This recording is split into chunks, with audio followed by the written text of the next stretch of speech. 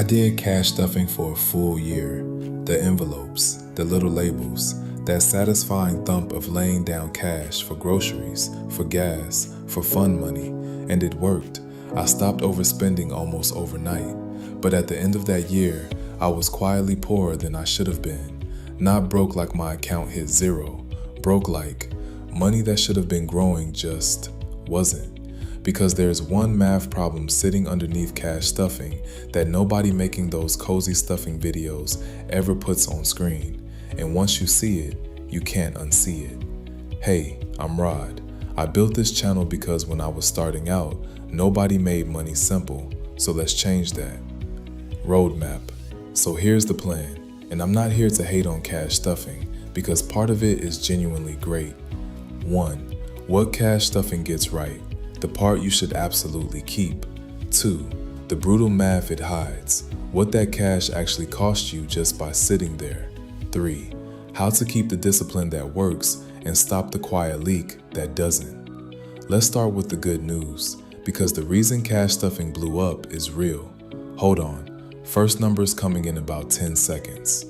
Section 1. What cash stuffing gets right. Here's the honest part. Cash stuffing is one of the best behavioral tools out there for one specific problem: overspending. When your fun money envelope is empty, it's empty. There's no tapping a card and dealing with it later. Studies have shown people spend less when they hand over physical cash. Parting with paper hurts a little more than a swipe, and that little bit of hurt is exactly what stops the impulse buy. Think about the last time you stood in a checkout line with an envelope in hand and realized you had $22 left in it for the whole week. You put something back, didn't you? That tiny moment of friction is the entire point. It's a speed bump your debit card just doesn't have. So if cash stuffing broke a spending habit for you, keep it. Seriously, that part is a win, and I'd never take it from you.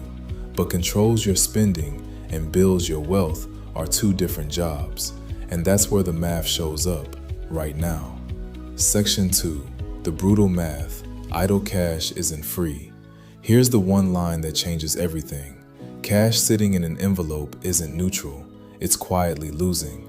Most people who cash stuff keep a cushion, a rolling buffer, plus little sinking funds, car repairs, gifts, the holidays. Say that adds up to $4,000 living in envelopes at any given time. Feels safe, feels responsible, but that $4,000 is earning exactly zero. Meanwhile, a high-yield savings account, same money, same safety, pays somewhere around 4%, whatever the going rate is when you're watching. 4% on $4,000 is $160 a year, handed away, for nothing, because it gets worse. Inflation runs around 3% a year, so that $4,000 in the drawer doesn't just fail to grow. It actively buys less every year it sits there. You're losing on both ends at once. And that's the cost people feel but never name, coming up as an actual number next. Section 3. The number the envelope hides. For 2 years, I kept that cushion in cash because it felt like the safe move. Let me show you what safe actually cost. Take that $4,000 and leave it in envelopes for 10 years.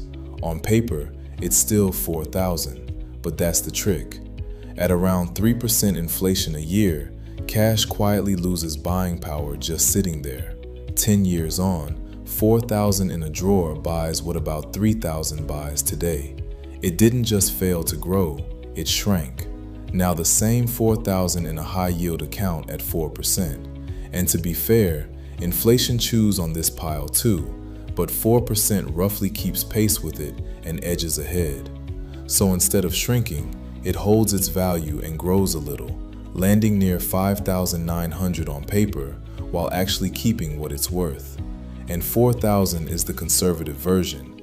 Plenty of people keep double that in cash, which just doubles the pile that's quietly melting. So the real choice was never $4,000 versus $5,900. It was a stack that loses ground every year versus one that holds its own and inches ahead. Same safe job, just somewhere that pays. That's the brutal math nobody stuffs into their videos. Not because cash stuffing is a scam, it isn't, but because the leak is invisible. It never shows up as a payment. It just shows up as a future that's smaller than it should be. So let's plug it. Section 4. Keep what works, fix what leaks. One line before the list. The goal isn't to quit cash stuffing. It's to keep the discipline and move the cash somewhere that pays. 1. Stuff envelopes only for true spending categories. Groceries, dining, fun money, the stuff you blow through on a card. That's where the behavioral magic actually lives. 2. Never stuff your savings. Your buffer and your sinking funds are not spending money. They're waiting money. Waiting money belongs in a high-yield account earning that 4%, not in a drawer earning nothing. 3.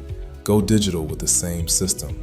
Most high-yield banks let you create labeled sub-accounts, car, gifts, holidays. It's cash stuffing with the exact same satisfying labels, except every envelope is quietly paying you. 4. Pay yourself first, before you ever fill an envelope. Automate the transfer to savings the day you get paid, then stuff what's left. That one flip turns the whole system from holding your money to growing it. Do that, and you keep everything cash stuffing is great at, and you stop paying it a fee you never agreed to. So that's the whole thing. Cash stuffing is a fantastic brake pedal and a terrible savings account.